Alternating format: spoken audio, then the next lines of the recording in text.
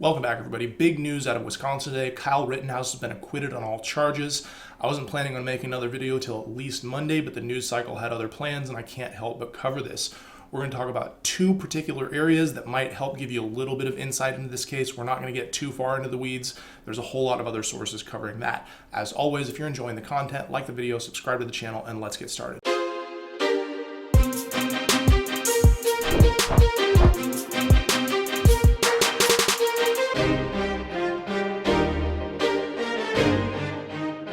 I like to start these videos with a little lawyer joke. Now, suppose you're walking through the forest, a little hike, you come to a lake. There's a bridge over the lake, and you notice on one side of the bridge, flailing, drowning, screaming for help, flapping his hands, is your lawyer. He says, "Help, help, I'm drowning." On the other side of the bridge, screaming around, flailing hands, screaming for help, help, help, I'm drowning, is your mother-in-law. Now, you only have time for one. Do you go to the bar and have a beer, or do you go home and have a sandwich and take a nap? Without any further ado, here's your video overview. We've got two areas to talk about today, neither of which is a deep dive into Wisconsin law because I'm not a Wisconsin lawyer. There are a whole lot of other places that you can find that commentary. That's not what we're going to talk about. First thing we're going to talk about is the difference between the trier of fact and the trier of law. This is a more generalized feature of the judicial system and can help you understand what is going on and what decisions were or were not made in the Kyle Rittenhouse trial. Second, we're going to talk about this phrase reasonable belief or reasonably believe that is central to the Wisconsin self-defense statute as well as many self-defense statutes across the country. This phrase, really concept, shows up over and over. We're going to talk about it a little bit. First thing we're going to talk about is the difference between the finder of fact and the finder of law in the American legal system. In a jury trial, the jury finds facts and the judge determines questions of law. This is a generalized feature of the American legal system. What is a question of fact? Was the car red or blue? Was it daytime or nighttime? Was it raining or was it not raining? Did the defendant believe the thing or not believe the thing? Did the defendant say the thing or not say the thing? Whatever it may be, questions of fact, we as a country have decided that the best way to determine the credibility of that witness or the credibility of that defendant or whoever it may be, the best way to get to the answer of the question, is that person lying, is to put it in the hands of a jury composed of a cross-section of the community. On the other hand, questions of law are determined by the judge. For example, is piece of evidence X admissible in court?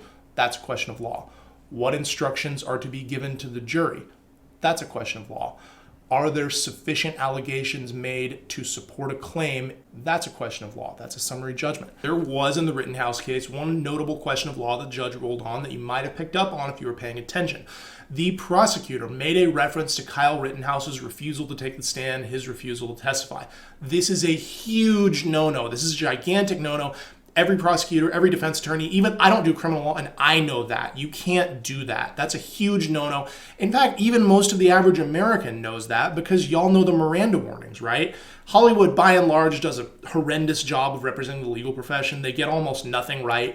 One of the things they do get right are the Miranda warnings, right? You have a right to remain silent. Anything you say can be used against you. You have a right to an attorney. If you can't, won't be appointed, et cetera, et cetera, et cetera. Well, that means that you can't make a reference to the defendant's refusal to testify. You can't say something that would cause the jury to hold that refusal to take the stand against him. And the prosecutor did that, and the judge absolutely skewered him. We'll play that footage.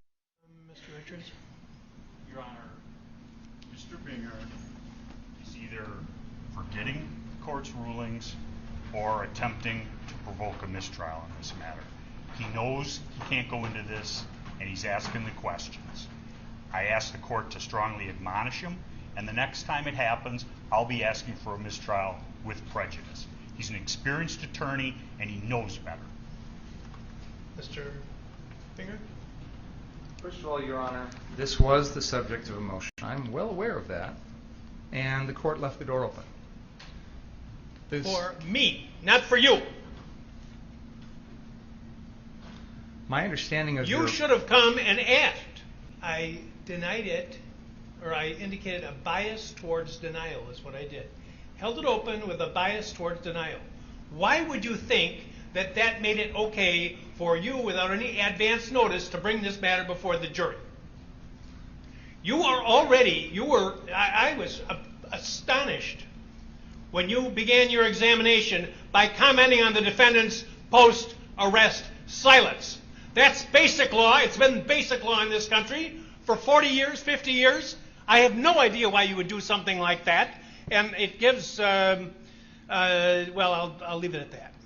So I don't know what you're up to. So this is the fundamental difference, that questions of law are decided by the judge, questions of fact are decided by the jury. As a result of that, if you think that this jury verdict is crazy and corrupt and the system needs to be broken and et cetera, then what you're really saying is that that random cross-section of people taken from the state of Wisconsin, they're all crazy. Now, I agree, there are a whole lot of aspects of the system that could be fixed. There's a whole lot of things that could be improved. But to paraphrase Winston Churchill, our system is the worst except for all the others. All right, now part 2 is we're going to talk about this concept of a reasonable belief, and we're going to read the actual text of the Wisconsin self-defense law that was an issue in this Kyle Rittenhouse case. Brief bit of factual background here. He walked into a protest carrying a semi-automatic rifle with nasty armor-piercing rounds, and some people came up to him and he shot them and killed them. And his claim was that he thought that they were going to attack him and that he was acting in self-defense. So let's read the text of the Wisconsin statute that covers this situation and the text that the jury would have been evaluating to see if Kyle Rittenhouse's actions fell within that language. Section 939.48. A person is privileged to threaten or intentionally use force against another for the purpose of preventing or terminating what the person reasonably believes, there's that language, to be an unlawful interference with his or her person by such other person.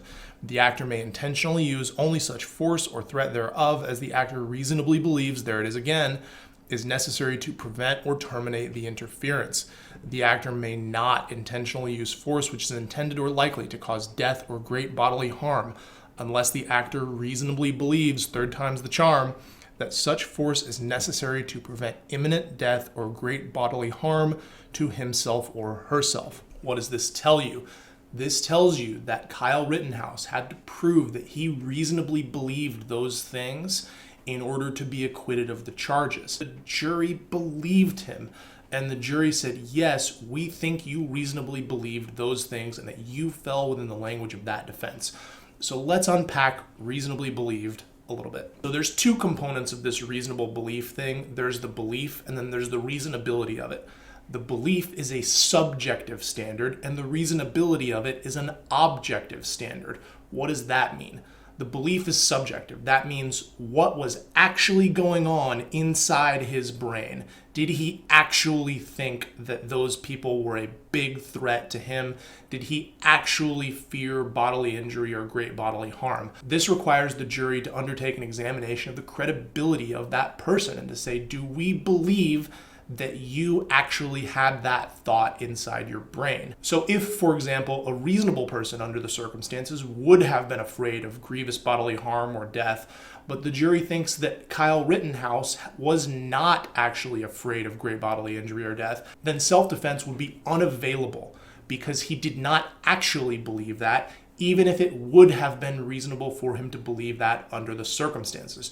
So the first part is a subjective standard, and the jury has to sort of do a mind-reading exercise of what was actually going on inside the person's brain. The second part of the standard is reasonability. This is an objective test, and it means something like stepping outside. Would a reasonable person, a normal person under those circumstances, feel the same thing or apprehend the threat similarly? Now, as an example of what would not be covered, say Kyle Rittenhouse convinced the jury that he actually did fear great bodily injury or death, but that he was a big scaredy cat and someone under similar circumstances would not have been afraid of great bodily injury or death. In that case, self-defense would be unavailable because although he would have had a belief, it would not have been a reasonable belief. Would I, or would a reasonable person under these circumstances experiencing this thing, would I have had that thought of, oh my God, there's imminent death, there's imminent injury, I have to defend myself? And you had a full jury of people say yes to that question. Now, one more brief point about reasonable belief is something that it does not cover. It does not cover the belief necessarily being correct. It does not cover if those people were not in fact trying to kill or injure Kyle Rittenhouse. If he believed that they were, then the self-defense privilege would presumably apply, because a reasonable belief doesn't mean a factually true belief. It means a reasonable belief. As a further disclaimer, all these terms get interpreted and sliced up by various courts. There may be very particular case law in Wisconsin that I'm unaware of. This is meant as a general guide to what the term reasonable belief means in general. As always, thank you guys for tuning in. Like the video, subscribe to the channel. We'll see you next time.